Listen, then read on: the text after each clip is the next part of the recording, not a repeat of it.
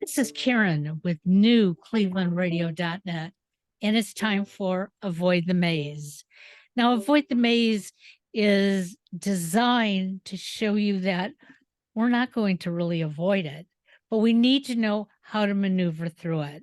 My guest today is Nancy Erickson, and I found and met Nancy on a group called podmatch.com, and I so love this group because I wouldn't have gotten to know someone like Nancy if it hadn't been for Podmatch. And what I've been doing for the last year and a half is inviting coaches to be part of this podcast. Because as I asked Nancy before, I said, I'm going to have you tell us how you got to where you are today. And I know that if she's anything like I am, when she was a little girl, she had one vision of who she was going to be. And maybe when she graduated high school, that vision had changed. And you know what? That's okay. And your comment to me, Nancy, was we haven't wasted time because we've used all that knowledge to get us to where we are. So welcome to New Cleveland Radio. And Thank you so much. Oh, you're welcome. And give us a little bit of background. Who is Nancy Erickson? Well, I can tell you who I am now. So I'm an international book coach. I coach people to write nonfiction books. And then I also own a nonfiction publishing house, Stonebrook Publishing. And we're an award-winning publishing house. We strictly publish nonfiction books. And then our little slice of that is nonfiction that will either save lives, change lives, or transform society. So like you, I get to meet amazing people in my work. And I'm glad I finally found my way to this seat because this is where I belong and it's extremely satisfying. Now, you know, there once was a time that if you wanted to write a book and you wanted everyone to read it, you had to go through a publisher. And maybe you didn't have to, but self-publishing was not something that people did in the 50s, 60s, or 70s. But today, everyone has a story, and our stories are important. And I'm sure that a lot of the people that have come to you that have written these nonfiction books, it's based on something that develops into their purpose. Am I correct? Oh, absolutely. Absolutely. And the thing that's so enriching about it, Karen, is that when we're working them through it, they get even more confirmed in their purpose. And yeah, so publishing has changed a lot. Like you said, there's only now 4 major publishers. It's highly unlikely that you're going to get published by one of those unless you're already a known name. And there's the whole thing about getting an agent and all that kind of stuff. So that has given rise to a number of hybrid publishers like what we are. We are not self-publishers. We are a publishing house, but it's a hybrid publisher where we are way more cooperative with the author in order to produce the product that they want. You lose all kinds of control with the big, publishing houses. Yeah, no, you can't decide your cover or your title or anything like that. So yeah, so we're filling the gap, and people, their voice needs to be heard. And for many people, I tell them, if you want a bigger audience, you need a bigger platform. Let's get outside of your little circle and get your message out of you and into the world where it can do its work. Absolutely. And I don't believe when somebody says, I don't have something to share, because I have found that since I've been podcasting for the last 10 years, there are a number of people who I have brought onto our shows, and they would say, well, who's going to listen to me? Who would even care about my message? And one of those individuals happens to be one of our podcasters, Melinda Smith. She does Heart Mojo. And I met her at a conference, and she wasn't speaking, but I overheard her having a conversation with somebody about her experiences in life. And I knew at that point I needed to get to know her better. And she needed to share that on New Mhm. Cleveland Radio. And it took her almost a year, okay, of my hounding her saying, but you go out on Facebook and you give these messages. That's wonderful. But now let's integrate those messages so more people can hear it.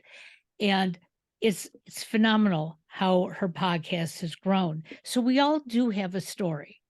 Yes. Um, but your authors are putting their story out in a non-fictional way. So give me a little bit of background. I mean, how do you do that? Because every time I sit down to write Oh, about what I'm feeling, it yeah. becomes either an autobiography or Yeah. becomes a novel. Yeah, well, that's a great question because a lot of times when people just sit down and start writing, they ultimately get all tangled up and think, "What am I even doing?" Because you got a lot of ideas in your head. Right. Getting them down in a logical framework is a totally different thing. So that's what our process does. So it's easy. It's an easy start. We start off with a list of foundational questions to help you crystallize your message, and it's things like, why are you even doing this? What's your motivation? Who is your audience? Very specifically, how's your audience going to be changed as a result of receiving your message? So there's 12 of these questions, and they're pretty introspective. They're not as easy to answer as you think, but when you are finished answering them, we take all your answers and we distill them down into what we call a purpose statement for their book. And it says, the purpose of this book is to do this particular thing for this specific audience, period. And that becomes like the foundation of your book, because there's no way you can put your whole life or everything you know in a book. It has to be really targeted so that your message is clear and concise and direct. And that's the best way that people will be able to receive it. So once we do that, Karen, we engage in a process that I developed called book mapping. And that's where a book map is a visual representation of everything that's going to be in your book. And there's two of them. The first one is, oh, it's so cleverly called Book Map 1. It's your personal story. In order to ingratiate yourself to the audience, they need to get to know you. And if they don't know you, they're not going to learn anything about you. So you kind of briefly tell your background story, and then we launch into the chapter book maps. And we always want to approach it from the viewpoint of the reader. What are they needing? What are they looking for? So in order to make that really efficient, we construct your chapters in problem solution sets. Here's the problems I had, my readers are likely to have. And then through a very story-driven methodology, you present your solutions. Because how do we learn? We learn through storytelling. Right. And that's also where you can drip more of your story throughout the book so that you are woven in from beginning to end, and they end up feeling connected to you. And they need to, I mean, it's easier maybe to connect with people on social media and that kind of stuff but in a book, you have to really work at it and use some pretty refined techniques in order to make the reader feel that they know you and they want to learn from you. Well, and that's something that I think is really important because there's so many people in careers that are going around and they're saying that they feel like an imposter. And Yeah. somebody brought that up to me, a little over a year ago, and they said, you know, why, what gives you the right to be a podcaster? Mm. And I said, it has nothing to do about a right. Okay. It's it's a profession that I chose. I had always wanted to be in communications. Uh, when podcasting started growing, I thought, you know what? If I'm going to do this, now's the time to do it. I don't want to wait another 10, 15, 20 years and then say, I missed out. Um, and I said, but I know that I have a story to share, but I know that there are so many other people. And I learn through all of my guests. In Mm. fact, I wouldn't have even known about your publishing company if I Right. wasn't going out and researching to find out who would be a good guest. And I know so many of my guests have said, I've written a book. I don't know what to do with it. Mm, Well, you know what? Let's find something to do with it. Don't keep it tucked away in a drawer because you wrote it. Let's find a way to get that message out if you have a message that is needed. But it has to be needed by yourself first, I believe. mm. You touched on something, this imposter syndrome thing, which is we all seem to be infected with it with one degree or another. And okay, so it kind of goes back to my philosophy of why I'm even doing this at all. And it's that we have so many problems in our world that it's actually hard to name them, much less solve them. But I believe that the answers are trapped inside of people like you and your listeners. And then when you simply tell your story, what you've been through, what you've overcome, what you've discovered, what you've invented, what you've developed, that you become the source of two things that people can't live without. And those two things are hope and help. And that when you tell your story, that's what you're offering other people, hope that they can go from where they are to somewhere else, and help along the way to do that. I mean, it's like you're just, 10 or 20 steps ahead of where your reader is, and you're just reaching back with a helping hand to pull them forward. And all of our books have that element in them, whether they're business books or what I call overcomer books or any other kind of book. They're all intended to offer the reader hope and help. So I've had people ask me a similar question that you referred to, and they're like, who am I to write a book? And I'm like, oh my gosh, well, number one, you're the only one who can do it. You're the only one who's had your life and who's experienced these things. And who are you to keep it to yourself? Why would you go through things that maybe were difficult and that you overcame them and not share it? Because, I mean, that can be the thing that saves lives, changes lives, and transforms society. So we do a lot of confidence building because our people are regular. I mean, we're all everyday people. None of Sure. us are anything other than a person in a body, right? And we help you along the way. It's a lot of hand holding and all. And we actually, in the beginning, because we help you to crystallize and craft your message, you're going to gain confidence in it throughout the whole process until it's published. And that's the premise of all coaching, okay? That we're going to lead, but you get to choose how you want to follow. Mm, When I'll never forget about 8-9 years ago, I was seeing a therapist, and I was getting frustrated because I'd come in and I was repeating the same thing over and over again. And she would sit there and she'd say, okay, okay, okay. I don't know how many times. And then she'd look at her watch and she'd say, time is up. And I remember getting into my car thinking, I'm paying a $35 copay every week for her to say, okay, okay, okay. And when I asked her the question as, can you guide me in the right direction? And she'd look at me and she said, well, you'll find it. But I wasn't finding it. yeah. I came home and I put something out on Facebook that day and said, I don't want to go back to my therapist. I'm searching for something. I think I know what it is. I just need somebody to take my hand. I must have had 1,000 responses. Wow. And people were either saying, find a coach, or I'm a coach, or lots of different things. And other people agreeing that they're in the same frame of mind that I am. Mm-hmm. And I contacted my first coach and I said, I don't know if I can afford you or not, but I need to do something. And that first phone call, it was free. And I got to know who the coach was. They got to know me. And at the end, she said, do you think that I'm a good fit for you? And I said, well, I feel like we've been friends forever. Mm. She said, that's how I feel. Yeah. And that was the beginning of my journey, and being validated that what I was talking about, what I was looking for, was within reach. Mhm. My investment was finding somebody who I could talk to. And it wasn't that she was just saying it to make me happy.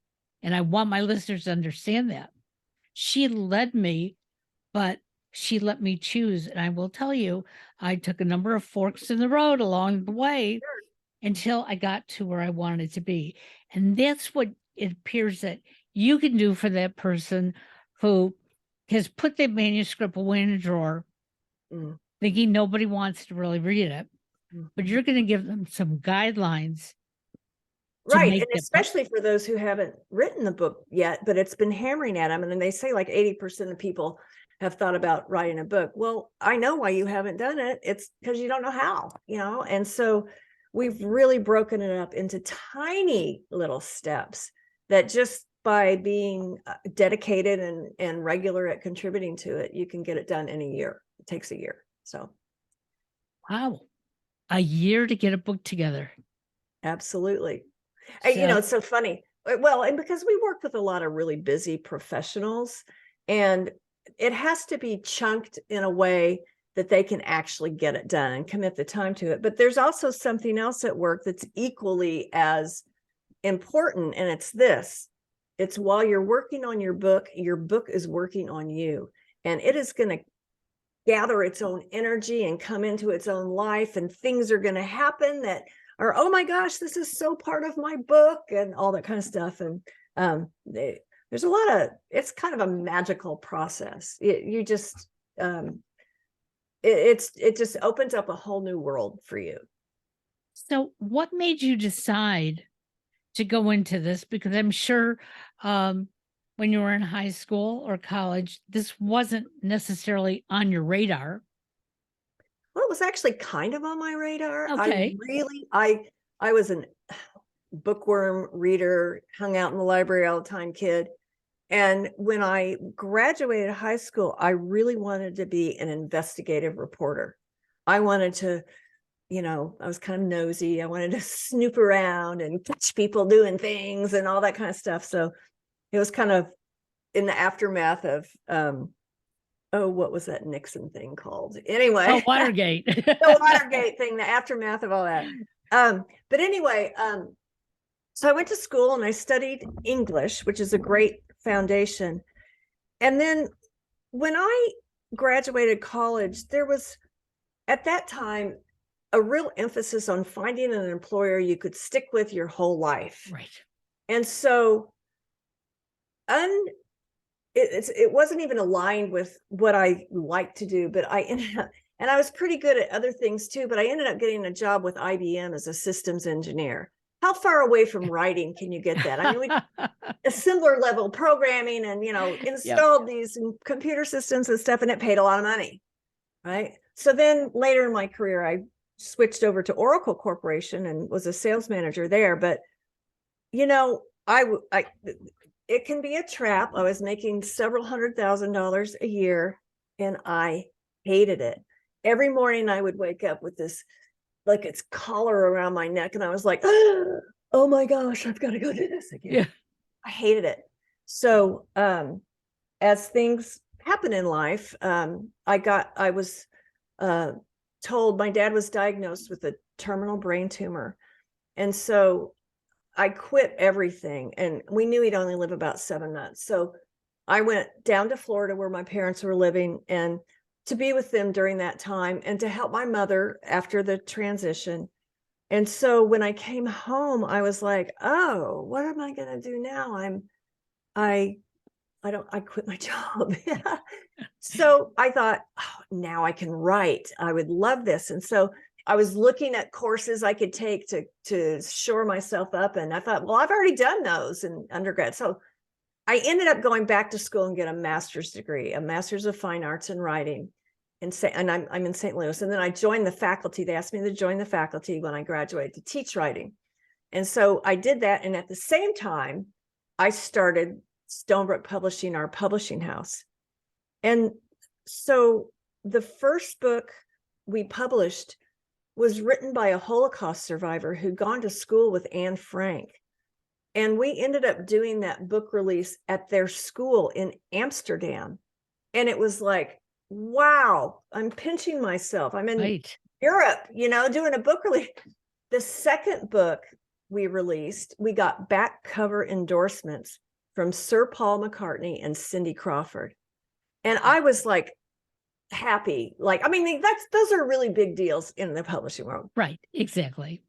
But the problem was we were getting a ton of manuscripts that had a seed of what we were looking for, changing lives, saving lives, transform society. But they were so poorly written, we couldn't do anything with it. And so I took a step back. I didn't publish anything for about a year. And I wrote this step by step by step by step process that just starts with your idea. And then at the other end of the spectrum ends with your published book, distributed and beautiful around the world. So, I just, you and I talked about this earlier. All the experiences I had in big business with big corporations really feeds into my ability to work with high-level executives Right. now who are doing it. None of that was wasted, but I just get this feeling that I could have been a lot happier a lot earlier if I had followed the thing that I was good at. I mean, I was good at English and writing and all. And I, so far, I don't know. I don't know if it was the times or if it was the fact that I'm kind of one of these persons who makes things hard on myself. I don't anymore, but I used to. I'm like, I'm going to do the hard thing, like there's some glory in gutting things out instead of taking the smooth road where you're good at things and then just get better. But so I kind of got into it sideways. And I tell you what, I am extremely fulfilled and satisfied. I love nothing more than pulling these amazing stories and messages out of people so that they can express themselves fully and reach more people.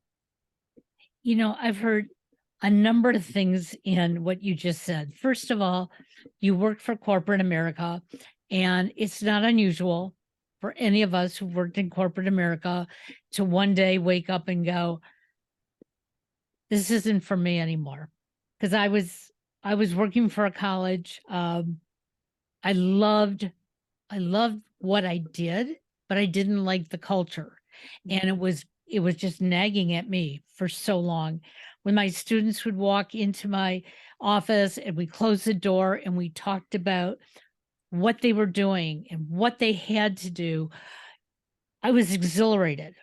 But as soon as they walked out and I had to get on the phone, to try to reach somebody who didn't even want to talk to me, it was like, what am I doing?